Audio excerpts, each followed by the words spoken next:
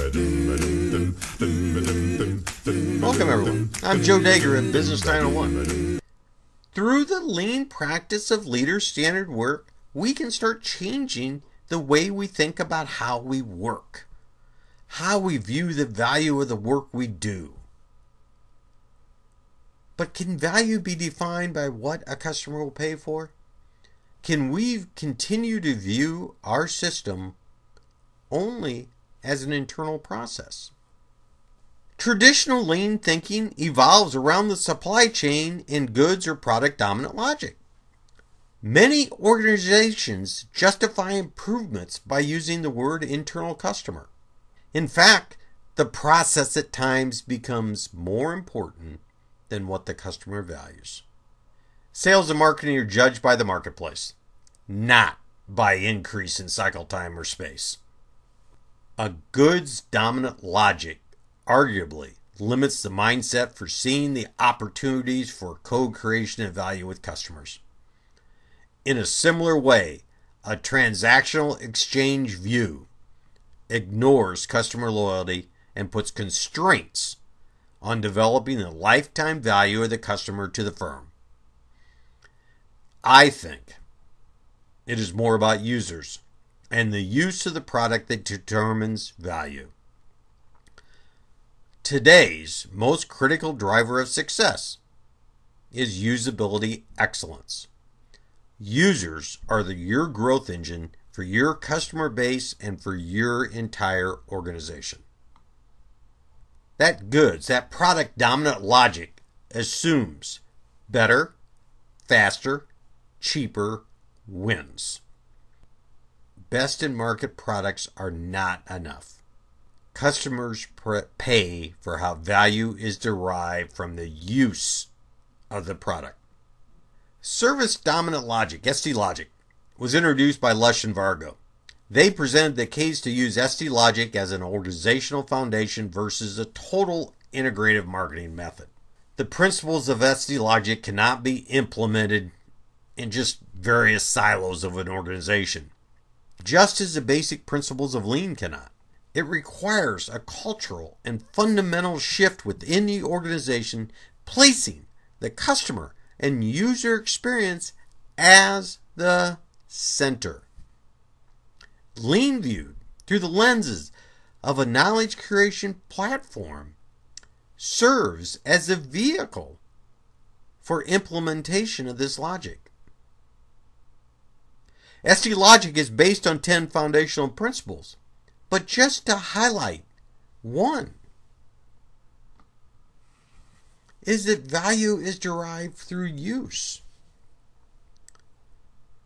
It is the use of the product and service that value is important to. Now, when I think of value, I think of it in 3 ways: functional, emotional, social.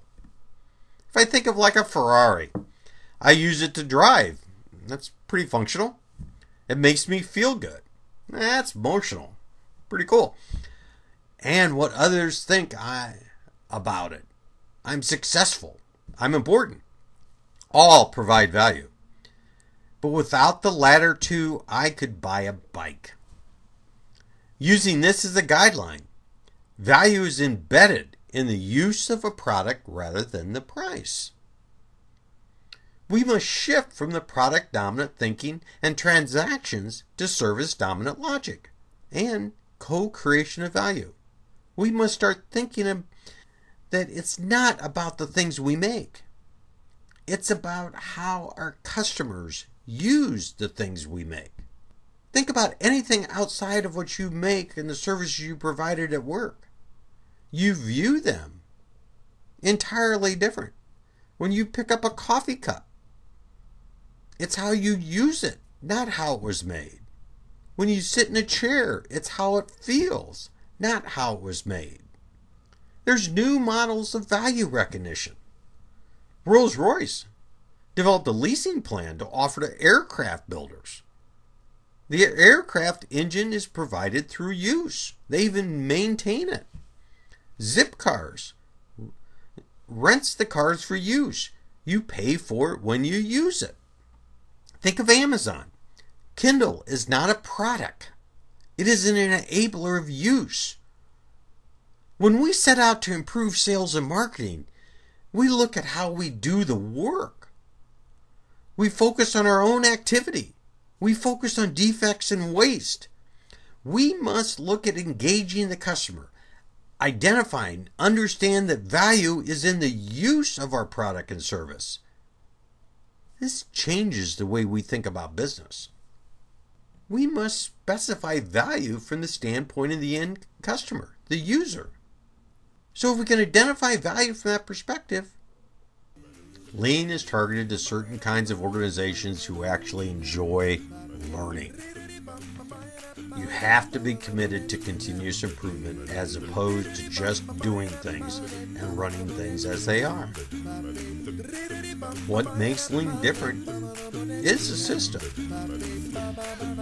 Making this process your own is how the work is enabled.